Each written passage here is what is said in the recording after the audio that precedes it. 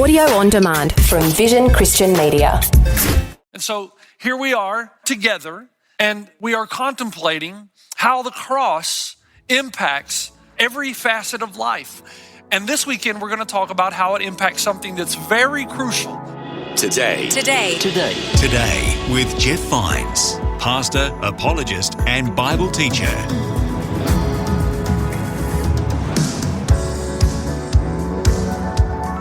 On this episode of Today with Jeff Vines, we have another message from the series called The Cross Before Me. If you miss any, you can find all messages in this series wherever you listen to podcasts. Here's Pastor Jeff to begin today's message.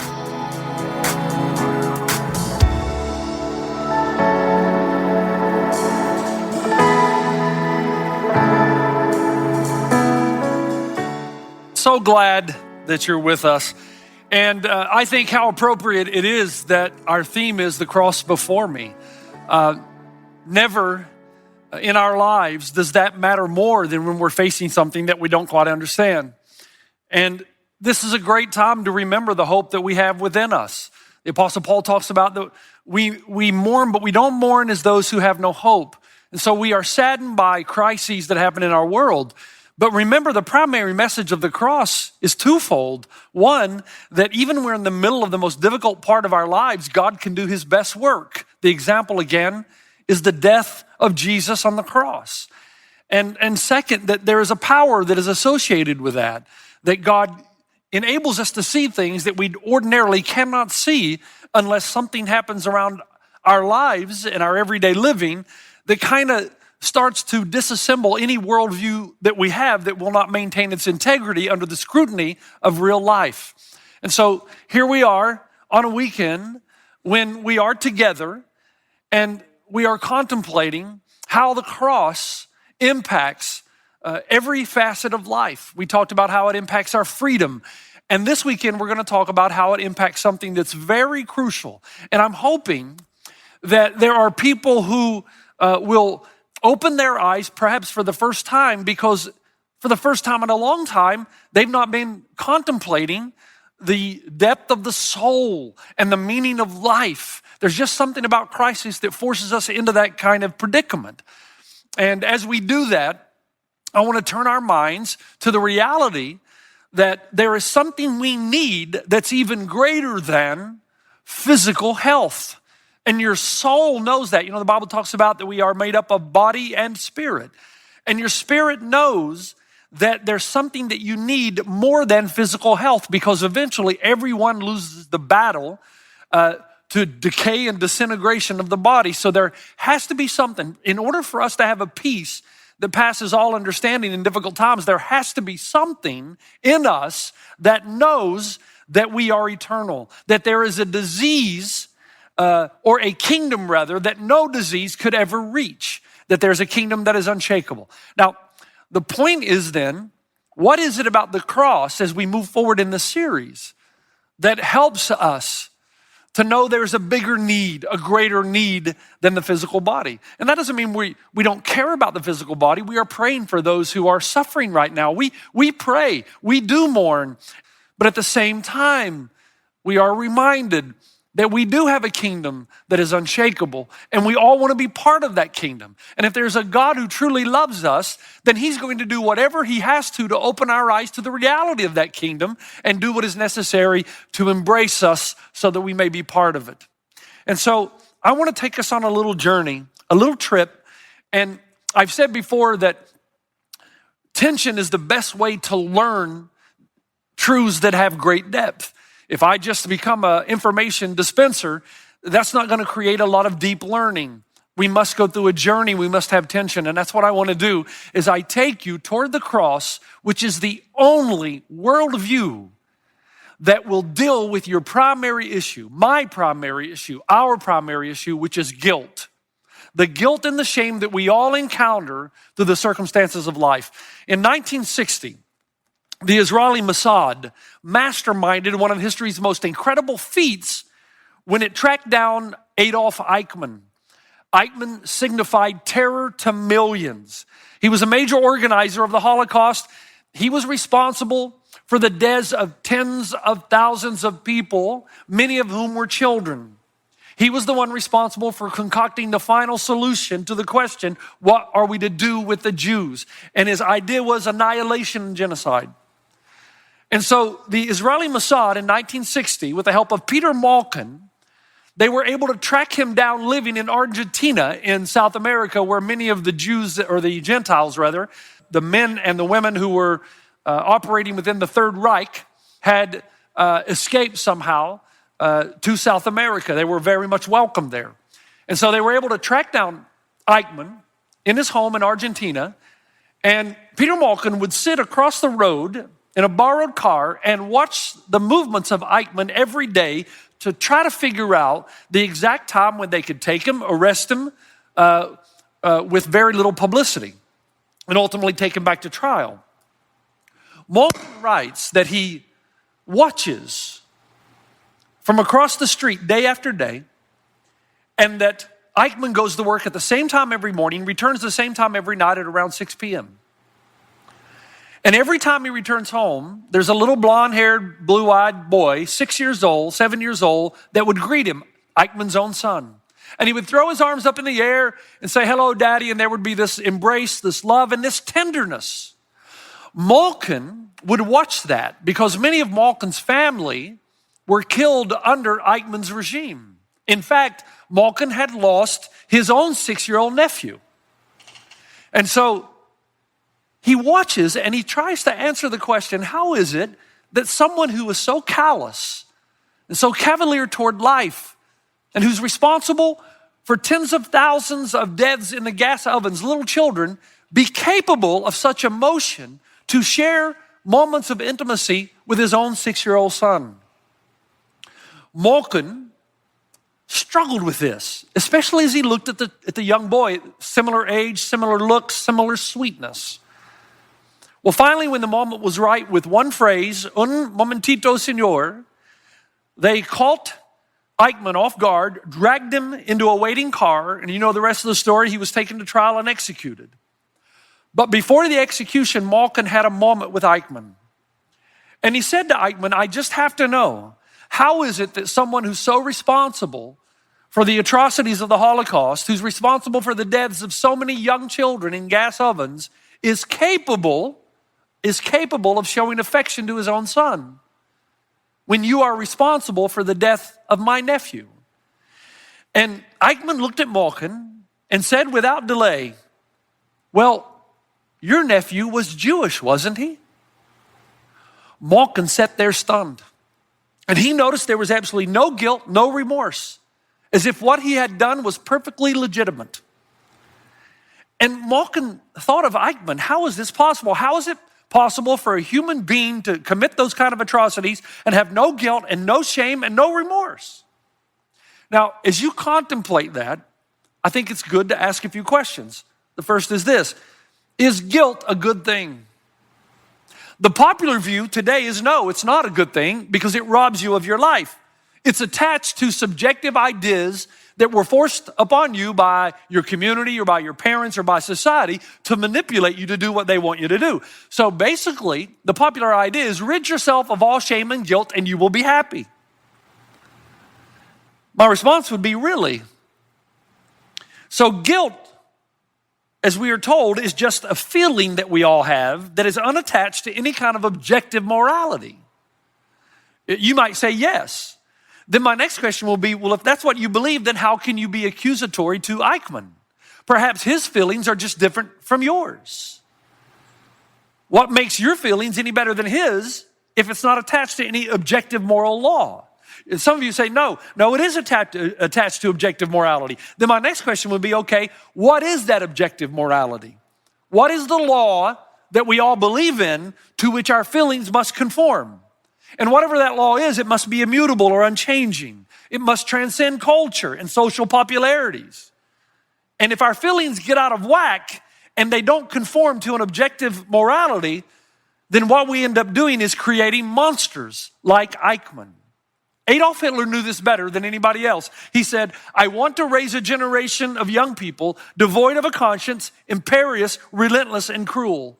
He knew the only way he could get an entire generation to commit these atrocities was to remove the idea of guilt and shame, and then he could create a generation of monsters. No one understood that better than him. Remove God, remove guilt, create a whole generation devoid of conscience. Now, why is this important? Because guilt is not a bad thing. It is an intrinsic deterrent to evil. It is a warning device that something is wrong that needs to be repaired. When I was a little boy, my father would take us fishing, and I never got to do the fishing, just my father and my older brother. And my father would give me the designation of finding the worms that they could put on the hook to catch the trout in the free-flowing rivers. For the first couple of years, it took me a long time to find the worms. And then one day I discovered that, man, all you had to do is go over to the riverbed and overturn the rocks. And underneath the rocks, it was like a worm convention. And I could collect enough worms within 3 to 5 minutes. I would take them over to my father. Psychologists today tell us that almost every dis-ease in the human spirit is related to what lies under the rocks of your life. And if you had the courage to pull up those rocks, then you would find little guilt worms everywhere. Look under your anger. What would you find? Look under your bitterness. Look under your anxiety. Look under your inability to take criticism.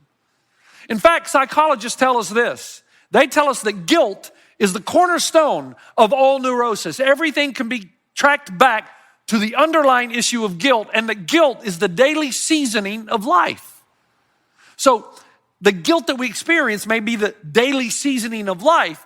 It may be the stop sign for correction, a detour to stop going this way. But if you don't respond to the guilt in your life appropriately and you shove through or push through the stop signs, then it is a daily dose of disintegration. We know down deep inside that guilt is tied to a moral reality. We know that morality is just as real as nature itself. The feeling of guilt that we have on the inside is just as real as the earth, the wind, and the sky. Now stay with me just a moment here. When I was about 16, probably 15 rather, I had my first real date. And this girl that I was going on my first date with wanted to go to a place called Carowinds. It was a theme park in South Carolina. Thunderous roller coasters. And I have always hated roller coasters. I don't know why you would pay good money to have that sickening feeling.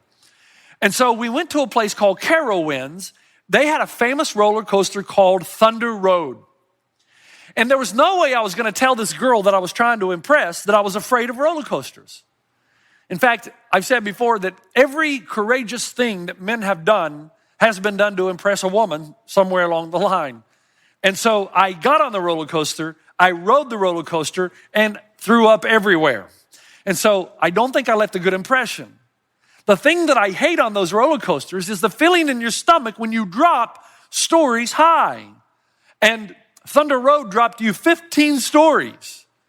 Not too long ago, we went to Disneyland and I rode the Tower of Terror. The first and only time I will ever ride it. Why you would pay money to have that kind of feeling is beyond me. Now, guilt is the feeling that you get in the pit of your stomach that somehow a ledger is being kept. And when you violate the moral law that you know to be objective, somehow, some way, you're just adding one more point to the negative column. Do you know what the Bible calls that? It calls it eternity. The Bible says that God has placed eternity in the hearts of men, Ecclesiastes, that you know down deep inside that this world, if it has any sense to it at all, has to have some form of justice attached to it. That we all live in a world where one day we will all stand before God and give an account for the way that we've lived our lives. Now, again, you're thinking, why are we talking about this at a difficult time? Well, it reminds me of the story of where 4 friends lower a paralytic into a room and they're hoping that Jesus will heal him. Instead, Jesus looks to him and says, your sins are forgiven. Now, if you would have been the 4 friends of the paralytic, you would have said, well, that's all well and good, Jesus. Thanks for that. But what we're really after is a healing. Jesus is trying to show us that we're all worried about the physical, but there is a deeper issue, and it's the spiritual that impacts the outside. And so since we're all worried about what's going on in the world with an illness, I hope that we will see that when this illness is stopped, when it is stopped in its tracks, when we go back to some normality of life, I am hoping and praying that we will have the same desire to look on the inside and know there's something more, far more serious in our lives that have to be dealt with. And so somebody comes to me and they'll say, Pastor Jeff, I hear what you're saying about guilt, but if God is so good, why can't God just forgive us? Yes, I'm a sinner. I've done bad things, we all have, but come on. God just needs to chill. Why can't he just say, you're forgiven? Somebody will complain and say, God is so powerful. He never has to wait for things. He can just speak something into existence. Let there be light, and light was. God doesn't say, before I create light, what do I need from the electrical store? No, he's so powerful that when he speaks something, it becomes a reality. Immediately, instantly, intention brings reality. Let there be sea, and there was sea. Let there be land, sky, and animals, and land, sky, and animals. Now, let me just pause just for a moment. Just around your circles of community here in fellowship, have you ever wondered what you would do with that kind of power? What would you do if you could just speak a word and it was true? I've made a list of some of the things I would do. First, let all cell phones be silent during the movie. By now, you know that I have a real problem with that. It'd be great to just speak it and all cell phones no longer work at the movie theater and I can actually enjoy the film. Or how about this one? Let all LA drivers learn how to merge. Wouldn't that be cool if we could just speak it and it happens? Or how about let those who talk loudly on their cell phones in public places be inflicted with the fleas of 1,000 camels? That would be great. Or let all those who play videos on their cell phones at full volume without headphones on the airplane before takeoff be kicked off the plane. That would be good. And then, of course, let all those who do not understand any of the comments I just made, because they're the ones committing these wretched sins, move to San Francisco and become Giants fans. They should fit right in. Seriously, though, let there be sea, and sea is. Let there be land and sky and animals, and land and sky and animals exist. So why can't God say, let there be forgiveness, and forgiveness is? And the answer is the cross. Because on the cross, we are told something very crucial about the character and nature of God. Let me read it again. It's in Romans 3, verse 25 through 26. We are told this: God presented Christ as a sacrifice of atonement through the shedding of his blood. He did it to demonstrate his righteousness at the present time so as to be just and the one who justifies. God's very nature is not only love and forgiveness, where he can say you're forgiven, but it's also justice. We said a few weeks ago that if a judge said to a perpetrator who had raped a young woman, that's okay, as long as you're sorry, you can go free, we would call that an atrocity. We expect justice to be upheld. And God is both just and the one who justifies.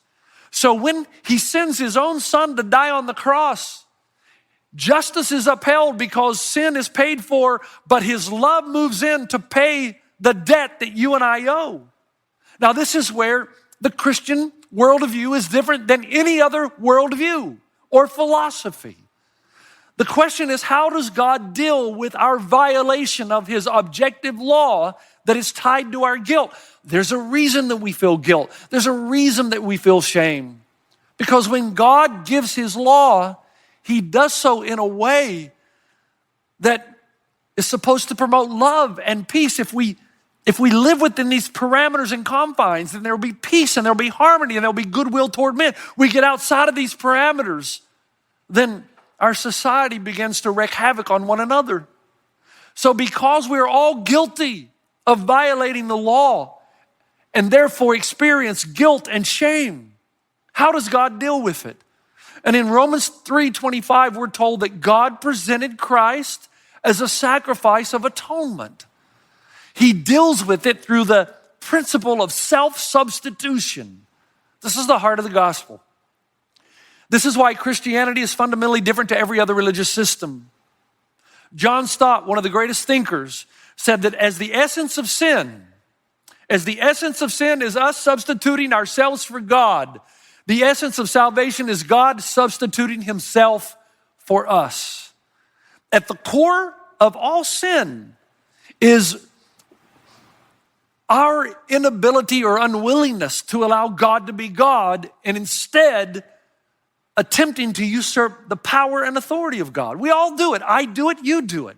Think about it. We are society. We want to determine our own morality. We don't want an objective morality where some God somewhere is telling us how to live. That's taking over the throne of God. We live like an owner rather than a tenant. We think that everything we have is ours, belongs to us and us alone. We don't see it as a gift from God.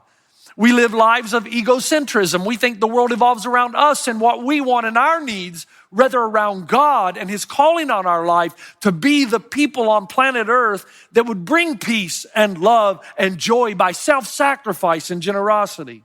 All of us, I do, you do, we fight the temptation to be in control. Submission is difficult for all of us. And that in itself is the foundation for all sin. Think about it. We even come up with our own religion. And we have talked about this often. It's the gospel of morality. It's the chart that we've used so many times before. Most people come up with their own way whereby they believe they are at peace with God if God doesn't indeed exist.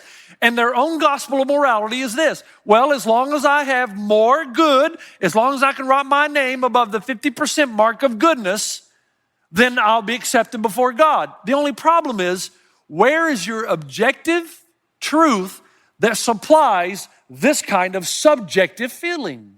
Who told you that's the way that you had to communicate or relate to God?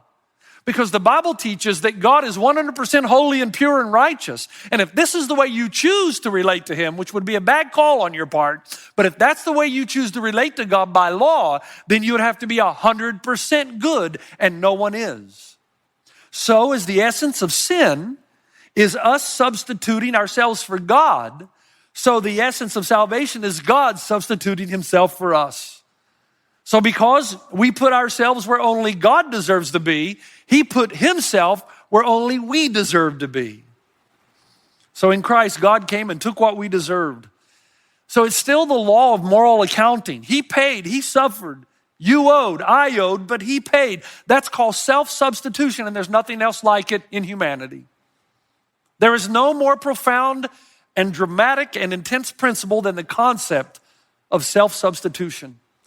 And if you think about our society, anytime you hear a story that has this kind of dramatic storyline, that's compelling, that's heart-melting, any story that we tell of this ilk, it's the ultimate drama.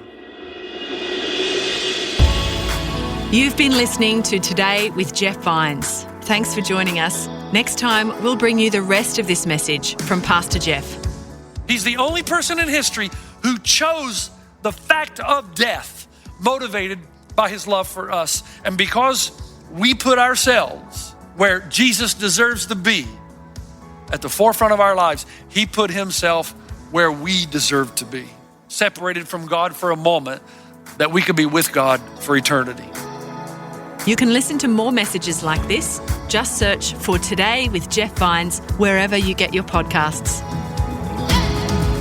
You make me wanna dance and sing with every single breath I breathe. I will bring this offering. You are my wonder, you with the wonder. Today with Jeff Vines. Thanks for taking time to listen to this audio on demand from Vision Christian Media. To find out more about us, go to vision.org.au.